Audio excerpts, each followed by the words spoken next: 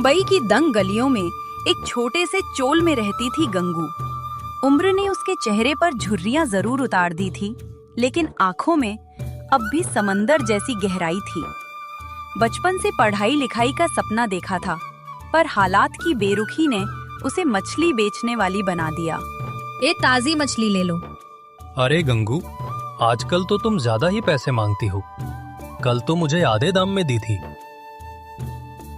क्या करूं काका, भाव बढ़ गया है। मुझे भी तो जीना है, पेट पालना है। जिंदगी भी इन बासी मछलियों जैसी हो गई है, कोई पूछता ही नहीं। दिन ढल गया, मछलियों का आधा माल भी नहीं बिका। गंगू थकी हारी अपने चौल में लौट आई। अकेले कमरे में उसने छोटे चूल्हे पर दाल चढ़ाई।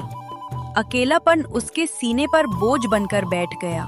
कितने साल हो गए, यही टोकरी, यही बदबू, यही झगड़े। कब तक ऐसे जीऊंगी? कभी तो अपना सपना जीना है। बचपन से दिल था कि मैं भी ऑटो चलाऊं, गली गली सड़क सड़क दौड़ाऊं, पैसे भी कमा लूं और लड़कों को दिखा दूं कि मैं भी कितनी डशिंग हूं।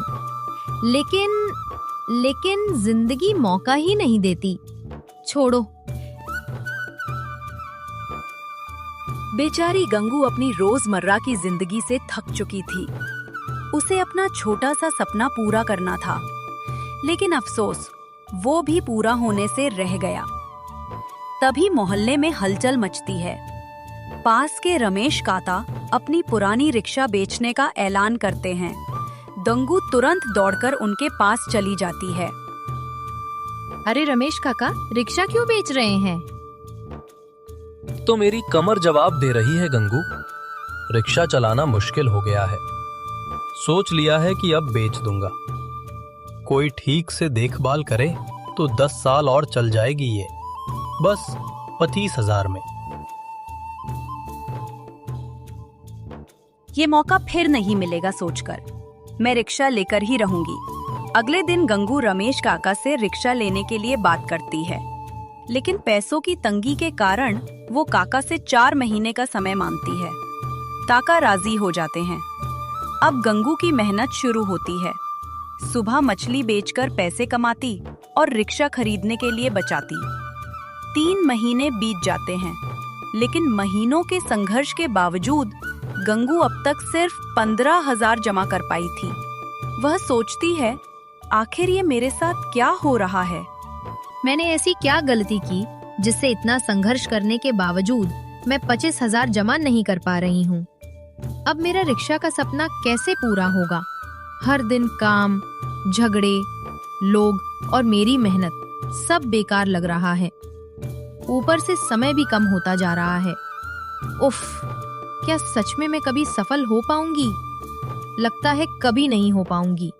यही सच है। गंगू का सपना फिर एक बार टूटने के कगार पर था। तभी एक दिन सुबह गंगू जब जा रही थी, तब उसको रास्ते पर एक मोती मिला और गंगू ने उसे बहुत अच्छे दामों में बेचा और गंगू ने रिक्शा खरीद ली। उसके बाद गंगू अपना मछली का व्यापार रिक्शा में करने लगी। उसका स्वभाव बदलने लगा। पहले जो गंगू ग्राहकों से हंसकर बात करती थी, अब अक्सर झगड़ने लगी थी। उसे लगता था उसके पास रिक्शा है तो अब वो किसी की मोहताज नहीं। उसका स्वभाव बदलने लगा। पहले जो गंगू ग्राहकों से हंसकर बात करती थी, अब अक्सर झगड़ने लगी थी। उसे लगता था उसके पास रिक्शा है तो अब वो किसी की मोहताज नहीं है। एक दिन गंगू का एक्सीडेंट हो जाता है और उसकी रिक्शा टूट जाती है। गंगू बहुत उदास होती है और उसे समझ आ जाता है कि घमंड के वजह से आज उसका यह हाल है और वह फिर सर पर टोकरी लेकर मछली बेचने लगती है। इसीलिए कहते हैं, घमंड इंसान को अंधा कर देती है।